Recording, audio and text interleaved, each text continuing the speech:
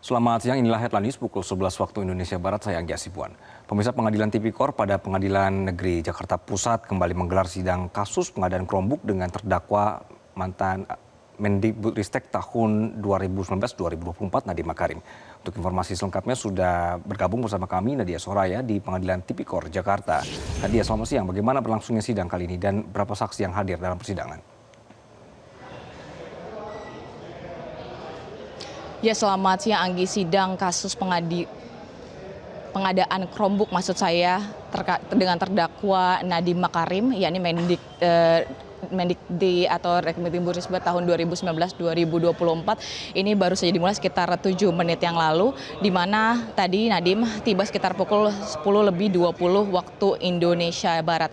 Dan untuk saksi yang diperiksa ada sebanyak 9 saksi dari jaksa penuntut umum yang diperiksa pada siang hari ini, di mana diantaranya berperan yakni Ali Mardi selaku dengan tax officer Goto, ada Kusuma Hadiani, ada Korsek Goto, ada Jose Dima notaris Goto, ada juga Adesti Kamelia Usman head of finance Goto, dan juga 2 karyawan Goto yakni Andre Solistio dan juga Kevin Alwi. Sementara untuk dari pihak vendor diantaranya ada Oki Zulkifli Juliani dan juga Tejo Sumo, dan ada 1 sekretaris Nadiem yang diperiksa dan dikonfirmasi hadir yakni Deswita, di mana nantinya untuk dari sejumlah pihak dari vendor Goto dan juga 1 sekretaris Nadiem ini akan ditanyai terkait dengan bagaimana investasi Goto ke Google, di mana nantinya akan ditanyakan juga asal mula dari berdirinya Goto, dan nanti akan ditanyakan terkait dengan harga laptop khususnya terkait dengan Chromebook. Dan untuk Deswita ini nanti akan ditanyakan terkait dengan pertemuan-pertemuan yang dilakukan oleh Nadiem,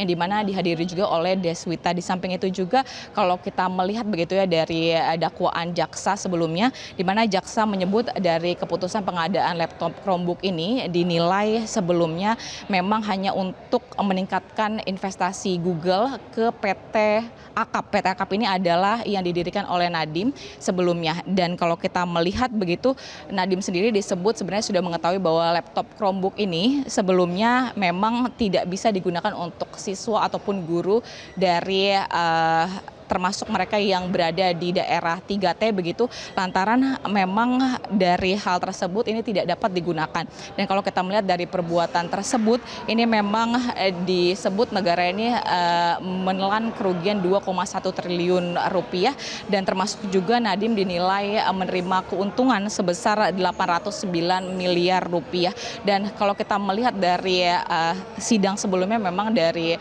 jaksa penuntut umum telah memeriksa ada sebanyak 11 pejabat Kemendikbudristek, di mana dari 6 diantaranya ini mengakui adanya penerimaan uang begitu, namun memang dikatakan oleh salah satu pejabat mereka tidak mengetahui bahwa Nadiem ini juga ikut. Lihat Anggi nanti ke depannya bagaimana persidangan yang berlangsung kali ini karena baru saja dimulai, dan apa saja nanti yang akan ditanyakan dari JPU ataupun pihak lainnya kepada 9 orang saksi tersebut. Anggi. Nadia Soraya melaporkan dari PN Jakarta Pusat. Terima kasih.